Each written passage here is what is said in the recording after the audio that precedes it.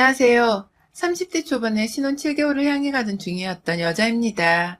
저는 코로나를 뚫고서 결혼식을 감행해 살고 있던 비혼의 코로나 신부예요. 하객들을 마음껏 초대하지도 못하고 갑작스레 규모까지 축소를 해버리느라 이걸 환불할지 미룰지 정말 오랜 고민을 많이 했었는데 그럼에도 결혼을 감행한 건 결국 돈 때문이었습니다. 예식을 계획대로 진행하지 못했다가 무려내야 하는 비용이 훨 많았었기 때문에 한 푼이라도 아끼며 신혼을 시작하고 싶었던 저희 커플은 에라 모르겠다며 결혼을 치렀어요. 저희 부부는 원래 결혼을 할 생각이 없던 어린 커플이었어요. 집 사는 것도 힘들고 내 집을 마련한다 해도 대출금에 허덕일 게 뻔한데 어느 누가 결혼하고 평생 은행빚만 갚으며 살고 싶겠냐고요. 다소 현실적인 문제를 먼저 생각하면서 별다른 후회 없이 결혼식을 치렀습니다. 아쉬운 건 많았지만 빨리 결혼을 하고 전셋집으로 들어와 드레스를 입을 생각에 다이어트를 더 하지 않은 채 보통의 삶처럼 일하고 사랑하며 살고 싶었어요. 직장을 다니는 남편도 저와 같은 마음이었고요. 저희 부부는 둘 다 직장을 다니는 평범한 회사원입니다. 월급은 고만고만한 편이지만 제가 남편보다 월 40만 원가량을 더 벌고 있고 제가 연간 인센티브로 1000만 원 정도가 나오기에 실질적인 월 수입으로 보자면 제가 100만 원을 좀 넘게 벌고 있었어요. 결혼을 하는데 여자 월급이 남자 월급보다 많은 게 좋은 거냐면서 저희 부모님께서는 남편과의 교제를 반대하기도 하셨습니다. 조금만 기다렸다 더 좋은 조건의 남자를 만날 수도 있을 텐데 뭐하러 굳이 지금 결혼을 하려고 하냐면서 좀 심하게 반대손을 드셨죠. 하지만 남편과 함께 연애를 4년 정도 해오면서 늘 한결같이 잘해주고 반듯하게 사는 모습이 참 좋았습니다. 결혼을 하고 나서도 술 문제나 여자 문제로 내 속을 전혀 썩일 것 같지도 않았고요. 그 점을 어필하면서 저희 부모님을 얼마나 설득하려고 했는지 몰라요. 남편도 시간이 나면 퇴근해서 저희 집으로 찾아와 부모님 앞에서 한마디라도 더 나눠보고 그 짓을 반년 정도 하니까 저희 부모님께서도 결혼을 마지못한 척 허락해 주시더라고요. 다행히 결혼을 하고 나서는 이제 완전히 자기 사람이 되었다고 생각을 하는 건지 부모님께서 남편을 아들마냥 잘 챙겨주고 계시고요. 반면 결혼 허락을 받기 힘들었던 저희 친정 부모님과는 달리 시부모님께 허락을 받아내는 건 정말 수월했습니다. 남편이 앞서 경험했던 저희 부모님과의 마찰을 경험삼아 시부모님께는 절대적으로 제 월급에 대해서 함구를 하기로 했거든요.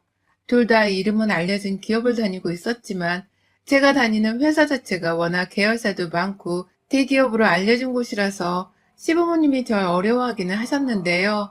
둘이서 돈을 잘 벌어모으고 살 수는 있겠니? 내 아들이 용돈 받아서 쓰고 사는 건 아닌가 몰라. 라며 시어머니께서 월급에 대해 살짝 물어보려고 질문을 던지신 말에 남편이 빗장을 쳤죠. 내가 더 돈을 많이 버는데 어떻게 이 사람한테 용돈을 받아? 용돈은 오히려 내가 줘야지. 라면서 말이죠. 그러자 내심 시어머니께서도 안심이 되었는지 우리 아들이 다니는 회사가 조금 더 월급을 많이 주나 보지? 너도 우리 아들 회사로 옮겨야 하는 거 아니야? 회사가 유명하면 뭐해? 월급을 잘 안 주는데. 라면서 맞받아 치셨죠. 이게 자신의 아들과 저를 비교하려고 비꼬우며 하는 말인 줄도 모른 채 저는 그저 돈 문제로 결혼 반대를 안 하는 게 어디냐면서 좋아라 했습니다. 시어머니가 회사에서 무슨 일을 하는지, 얼마나 정년이 보장되는지에 대해서 사사건건 정말 많이 물어보셨는데요. 혹여나 결혼할 때에 제약이 생길까봐 최대한 좋은 쪽으로 설명해 드리면서 앞으로 결혼을 하고 난 후 우리 두 사람이 착실하게 직장 생활을 하며 살 거라는 걸 분명하게 밝혀드렸죠. 그 점에 대해서는 시부모님 두 분 모두 당연한 소리라면서 고개를 끄덕거리셨고요. 결혼을 하고 난 후에는 남편과 함께 둘이서 제법 신혼다운 신혼을 잘 보냈습니다. 어차피 전셋집이라서 또 이사를 가야 할 테니 집 꾸미는 것에 그리 욕심을 내지는 않았어요. 집을 꾸밀 일이 있더라도 결혼 사진을 벽에 걸어두거나 저희 부부가 좋아하는 영화를 잘 보기 위해서 미니빔 프로젝터 하나를 사서 예쁜 테이블 위에 둔 것이 전부였죠. 최대한 코로나를 핑계 삼아 저희 부부끼리 둘만 있어 즐길 수 있는 실내 활동을 하며 살아보고자 했습니다. 결혼을 하면서 돈을 많이 쓰기도 했고 2년 후 새로운 전셋집을 알아볼 때 쓸 돈을 위해서 저축을 열심히 하기로 한 것이었죠. 나름 부부끼리 경제관념도 비슷했고 앞으로의 꿈도 비슷했기 때문에 큰 마찰 없이 현재에만 충실히 살면서 지내면 아무 문제라고 할 것이 없어 보였습니다. 하지만 결혼하고 2달도 채 지나지 않아서 제가 시달리게 되었어요. 저희 시어머니한테 말입니다. 저한테는 시집살이라는 게 없을 줄 알았어요. 시어머니가 아들을 좀 귀하게 여기고 제 앞에서도 엉덩이를 두드리고 머리를 쓰다듬는 등 아기 다루듯이 대하는 걸 좀 당황스럽게 보긴 했지만 그 정도는 모자 관계에서 충분히 있을 수 있는 일이라 생각했습니다. 저도 남동생이 있는데 저희 엄마가 남동생을 귀엽다고 잘 쓰다듬고는 그걸 자식을 향한 사랑이라고 표현하며 사셨으니까요. 하지만 가끔 불편하다고 여겨지는 점이 있었습니다. 시어머니께서 유독 저를 통해서가 아닌 남편을 통해서 전화를 해놓고서는 저희 집을 찾아오시는 것이었죠. 엄연히 저와 남편이 함께 돈을 반방 지불해서 구한 전셋집이었기 때문에 우리 명의가 아니더라도 우리 2사람의 공동지분으로 거주 중인 집이었습니다. 함께 사는 배우자가 있는 결혼한 자식인데도 불구하고 저희 시어머니께서는 저에게 한 번도 물어보지를 않으신 채 그냥 남편한테만 쪼르륵 연락을 하셨다가 저희 집을 찾아오시더라고요. 참 불쾌하게도 말이죠. 퇴근하고 집에 와보니 시어머니가 계셨고 그때만 하더라도 저는 그리 불편한 것이 없었습니다. 오히려 오시면서 저희 2사람 먹으라고 몇 가지 마른 반찬들을 가져오셨길래 감사하다면서 넙죽 받으며 인사를 드렸죠. 둘 다 직장인이라 밥하는 게 늘 고역이었으니까요. 그런데 그 다음날 또다시 시어머니가 퇴근 후 저희 집에 와 계시더라고요. 전날 줬던 반찬통을 가지러 왔다고 하면서 말입니다. 직장 거리 때문에 같은 시각에 퇴근을 하더라도 늘 남편이 저보다 먼저 집에 도착하는 편이었는데요. 남편이 문을 열어주는 건지 아니면 시어머니가 혼자서 저희 집에 먼저 와 계셨던 건지는 잘 모르겠더라고요. 하지만 늘 2사람이 저희 집안에 같이 있는 모습이 목격되었습니다. 바로 전날 반찬을 가져다 줘놓고는 제가 바로 새로운 통에 옮겨 담기를 원하셨었는지 다음날 또다시 찾아와서는 내 반찬통 줘야지 라면서 볼 일이 있어 찾아왔다는 걸 어필하셨어요. 그리고는 또 며칠 후 새로운 반찬거리를 가져와서는 저희 집에 놓고 가시더니만 그 다음날 또다시 반찬통을 가지러 왔다며 저희 집에 와 계셨죠. 그쯤 되니 저도 한마디 해야겠더라고요. 퇴근 후 제대로 쉬지도 못하고 이게 뭐냐면서 제 아무리 오실 때마다 반찬을 가져오신다 하더라도 너무 자주 오시는 건 나도 못 봐주겠다며 남편에게 저를 존중해달라고 큰 소리를 냈습니다. 그렇게 엄마를 자주 보고 살 거면 그냥 도로 집으로 들어가라면서 나도 우리 엄마 얼굴 보고 살고 싶다며 급기야 신혼 초에 헤어지자는 소리만 안 했을 뿐 별거 하잔 말을 뱉어냈어요. 그제서야 남편도 자기가 좀 지나쳤다는 걸 알고는 있었는지 엄마가 자꾸 집에 먼저 와 계시더라고 라면서 미안하다 사과를 하더라고요. 그때 처음 알았습니다.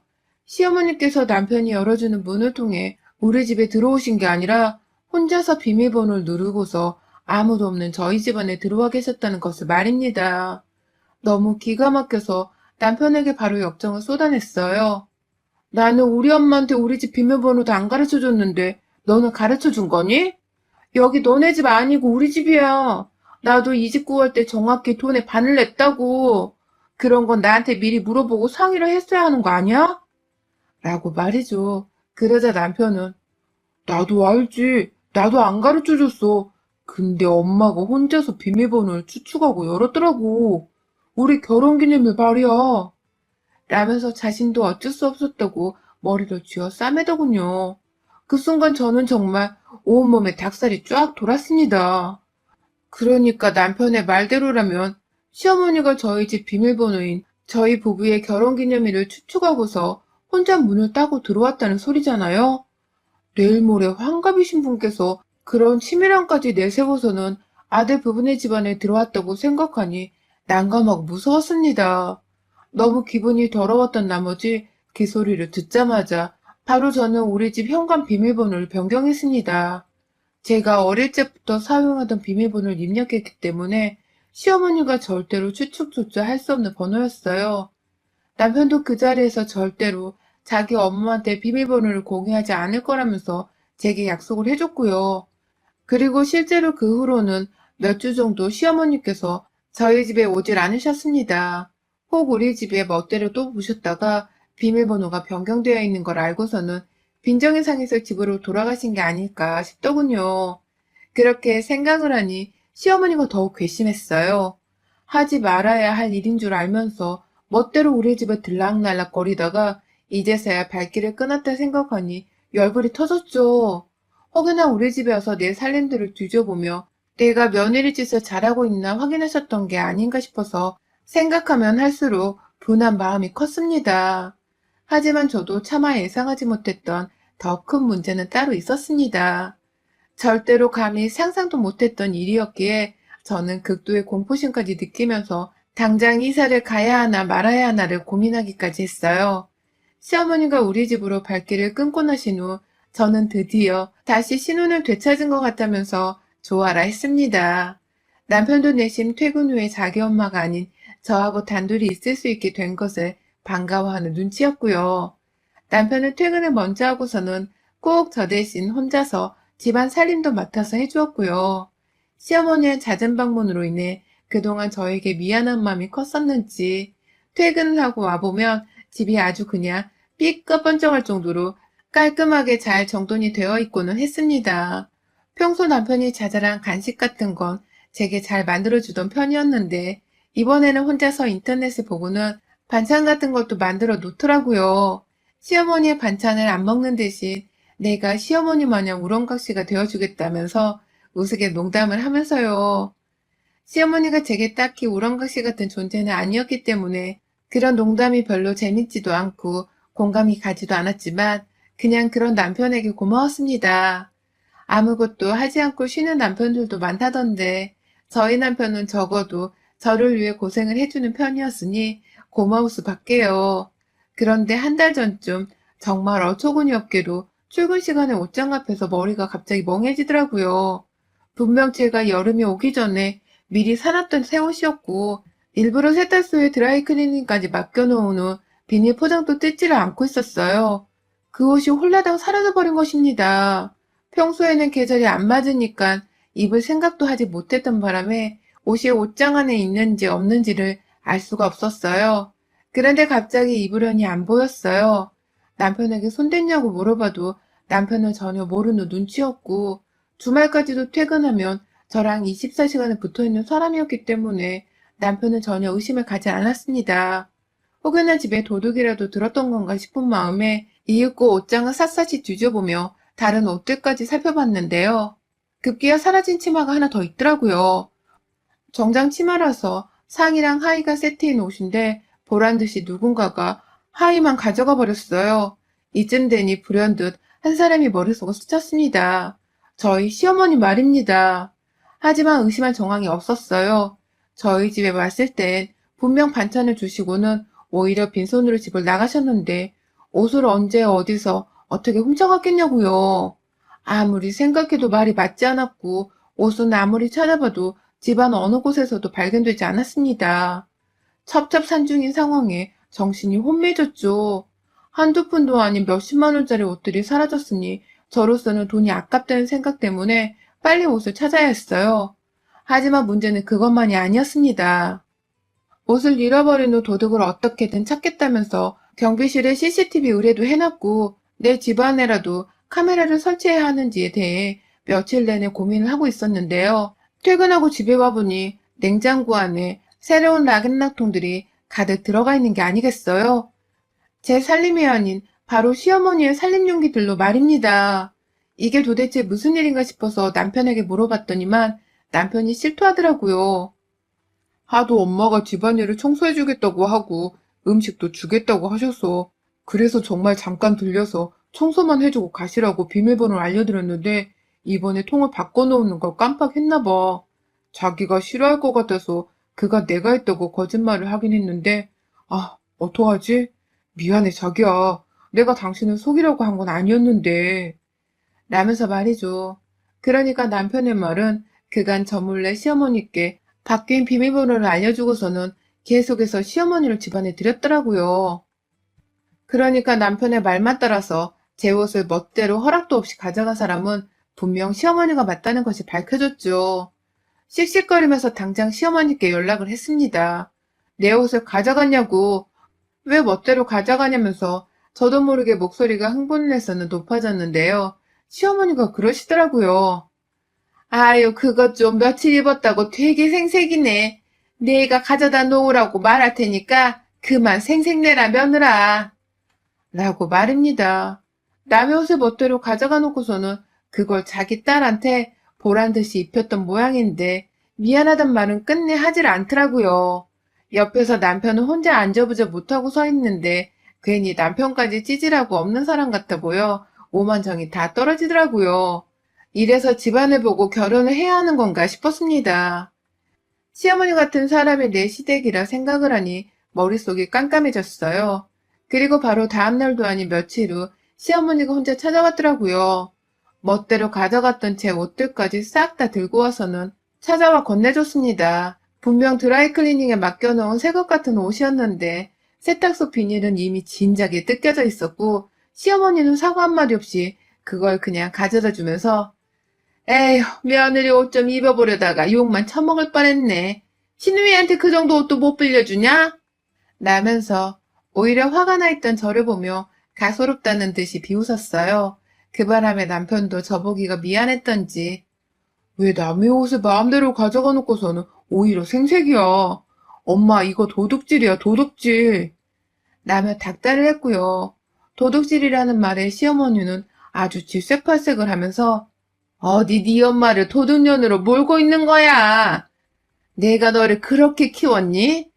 어디 여자한테 빠져도 단단히 빠져서는 네 부모를 욕먹일 생각을 해? 라고 오히려 큰 소리를 내시더군요. 남의 옷을 도둑질해놓고서 미안해하는 표정 하나 없던 시어머니의 표정은 정말 생각할수록 분했습니다. 하지만 문제는 그게 끝이 아니었다는 거예요. 제가 시어머니의 행동에 너무 어처구니가 없고 분했던 나머지 현관 비밀번호를 바꿀 생각을 차마 못한 채로 다음날 출근을 했었는데요. 글쎄 시어머니가 또다시 저희 집안에 멋대로 들어오신 겁니다. 그리고 이번에는 글쎄 보란듯이 당장 입으려는 여름옷들을 들고 가셨더라고요. 마찬가지로 세탁소에 맡겨 드라이클리닝을 해놨던 저의 셔츠들을 말입니다. 하나도 둘도 아니고 제가 회사 출근하면서 번갈아 입으려고 사놓은 셔츠 여러 개를 그냥 한꺼번에 집어넣어 가져갔더라고요. 이제 보니 세탁소에서 새 옷처럼 씻어놓은 옷들만 골라 가져가는 상습범이셨어요. 저랑 사이즈가 안 맞는 본인이 입을 리는 없고 역시나 하나 있는 자기 딸인 시누이한테 주고자 가져간 것이 분명했습니다. 남편한테 참다 옷가지들을 던져가며 진절머리 난다고 소리를 질러댔고 당장 시무렁 신우한테 내 옷들 가져와서 내 앞에 와 사과하게 하라고 집안에서 난동을 피워댔어요. 사실 저희 혼인신고를 안 했거든요. 연애도 오래 하고 서로 잘하는 사이라고 자부했지만 그래도 함께 살아가는 건 다른 문제라 생각했기 때문에 혼인신고는 결혼 1년 차에 하려고 조금 미뤄두고 있던 상황이었습니다. 하지만 이런 식이면 혼인신고는커녕 바로 헤어지는 게 답이겠다면서 남편에게도 헤어지자 통보를 하며 저희 부모님을 집으로 불렀어요. 상황이 걷잡을 수 없게 커지자 남편도 상당히 겁에 질려 했습니다. 본인도 절대 시어머니한테 도벽이 있을 줄이라고는 예상을 못했다면서 급하게 자기 엄마한테 전화를 걸어서는 옷이랑 다 가져오라고 화를 내더라고요. 수화기 너머로는 시어머니가 며느리 어쩌고 하면서 제 욕을 하는 게 아주 선명하게 들려왔지만 남편 또한 이대로 헤어지게 생겼다면서 겁을 주니 시어머니도 별 수 없다는 듯이 알겠단 말을 남기곤 전화를 끊으셨습니다. 그리고 저는 먼저 집에 찾아온 저희 친정 부모님께 이 사실들을 털어놓으면서 별 거지 같은 시댁을 다 보겠다 라며 울음을 터뜨렸네요. 친정 부모님도 별일을 다 당해본다며 시어머니를 함께 기다리셨고 그러던 중 경비실에서 아저씨가 집을 찾아오셨어요. 제가 얼마 전에 집에 도둑이 든 것 같다면서 경비실에 CCTV를 보고 싶다 요청을 했었는데 제가 건네드린 USB에 아저씨가 의심되는 관련 영상들을 담아주셨어요. 그리고 저는 저희 친정 부모님, 그리고 남편이 보는 앞에서 그 CCTV 안에 담겨있던 시어머니의 만행을 낱낱이 보게 되었습니다. 이제 보니 하나가 아닌 두 사람이 뒷거리였더라고요. 저희 부부가 출근하고 없는 사이에 집에 와서 옷을 가져가는 신우의 모습이 하나 찍혀 있었고, 그 후에는 두 사람이 같이 집에 찾아와서는 신우가 먼저 옷을 들고 주랭랑을 치는 모습, 그리고 그 후 저희 부부가 퇴근하는 바람에 시어머니는 반찬을 다 놔두고서 혼자 태어난 적 집으로 돌아가는 모습들까지 찍혀 있었습니다. 자세히 보니 신우이는 제 가방도 하나 가져갔더라고요. 그냥 주말 같은 날에 나들이용으로 쓰려고 샀던 조그마한 가방이어서 최근 잘 사용하지를 못했었는데 그걸 말입니다. 그제서야 옷장으로 가서 가방의 여부를 확인해 보니 제 가방은 확실히 제 옷장 안에 없었어요. 그로 인해 남편은 또 안절부절 못한 채로 시어머니께 전화를 걸어서는 가방까지 가져오라며 괴성을 질렀고요. 아파트 CCTV에 다 찍혀서 이러다 고소당할지도 모른다고 겁을 주니 그 전화를 끊고서 30분도 안 되어 시모가 신우이를 데리고 집에 도착을 했습니다. 저희 집에 오지 않으려고 내내 자기 집에서 버티고 있다가 남편의 입에서 카메라에 찍혔다는 말이 나오자마자 겁이 나서는 택시를 타고 뛰어왔더라고요. 그리고 집에 들어온 신우이와 시모의 손에는 제 가방과 옷들, 그리고 급기야 저는 미처 몰랐던 저희 귀걸이 2개까지도 들려 있었습니다. 시모랑 신우이는 끝까지 자존심을 챙기고 싶었던지 저희 부모님까지 와 있는 집안 꼬라지를 보자마자 이게 도대체 무슨 큰일이라고? 부모님까지 모시고 와서 이사날을 만드나 그래. 가족들끼리 서로 옷도 좀 빌려주고 할 수도 있는 거지. 이걸 그대로 쪼르르 친정에다가 일러바쳐서 남편을 곤란하게 만드냐? 출가회인이 벌써부터 이렇게 친정에 기대서 살면 나도 이 결혼은 반대야. 라고 말씀을 하시더라고요. 그 바람에 남편은 정말 넘지 말아야 할 선을 넘었다 생각이 되었는지 엄마 제발 그만해. 엄마 진짜 이러다 신고당해. 라며 자제하라고 입을 틀어막으려 했지만 옆에서 그 엄마의 그 딸이라는 걸 보여주겠다는 듯이 오빠는 가만히 있어. 그냥 빌려간 거 가지고 무슨 신고.